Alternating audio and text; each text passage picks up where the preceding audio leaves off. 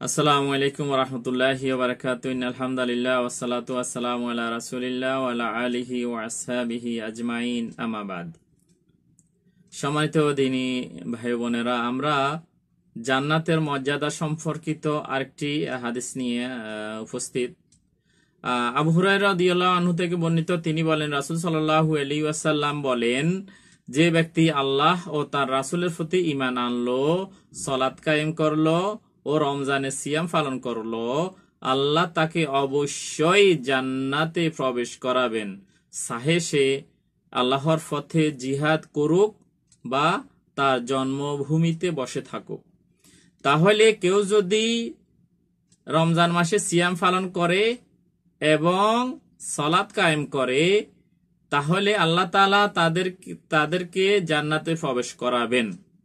কিন্তু এখানে ইসলামের 5টি রোকনের ভিতরে শুধু 2টা রোকন এখানে উল্লেখ করা হয়েছে। হতে পারে যখন আল্লাহ রাসূল সাল্লাল্লাহু আলাইহি ওয়াসাল্লাম এই হাদিসটা বর্ণনা করছিলেন, তখন বাকি রোকনগুলা হয়তো বিধান হিসাবে নাজিল হয়নি, সেই কারণে এখানে মাত্র বলা হয়েছে সিয়াম পালন করবে এবং যারা সালাত কায়েম করবে তারা অবশ্যই তাদেরকে আল্লাহ তাআলা জান্নাতে প্রবেশ করাবেন, যদিও তারা আল্লাহর রাস্তায় জিহাদ না করে থাকে বা নিজ জন্মভূমিতে বসে থাকে। কারণ ইসলামে সর্বোচ্চ কাজ হলো, সর্বোচ্চ ইবাদত হলো জিহাদ ফি সাবিলিল্লাহ, আল্লাহর রাস্তায় জিহাদ। তো এখানে জিহাদ না করেও যদি সালাত এবং সিয়াম পালন করে, তাদেরকে আল্লাহ তাআলা জান্নাতে প্রবেশ করাবেন। তারা রাদিয়াল্লাহু আনহুম বললেন, হে আল্লাহর রাসূল, মানুষদের কি এই সুসংবাদ দিব না? এটা সুসংবাদ যখন শুনলেন, তখন সাহাবায়ে কেরাম বললেন যে এটা তো খুব একটা ভালো সংবাদ, এটা তাহলে আমরা মানুষদেরকে শুনিয়ে দিই। তিনি সাল্লাল্লাহু আলাইহি ওয়াসাল্লাম বললেন, জান্নাতে 100টি স্তর রয়েছে, যা আল্লাহ তাআলা তার রাহে জিহাদকারীদের জন্য তৈরি করে রেখেছেন। সুবহানাল্লাহ। তাহলে ওই সুসংবাদটা শোনার পরে বললো যে এটা তো ভালো সংবাদ, সবাইকে দিয়ে দিই।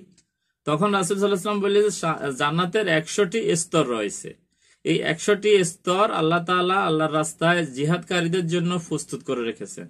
তার মানে ওই সুসংবাদ থেকে জিহাদের মর্যাদা আরো বেশি।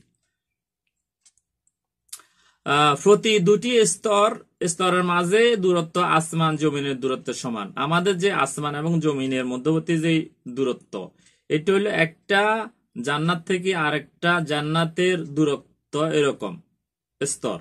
তাহলে 100টি স্তরের দূরত্ব কতটুকু হবে? সুবহানাল্লাহি ওয়া বিহামদিহি।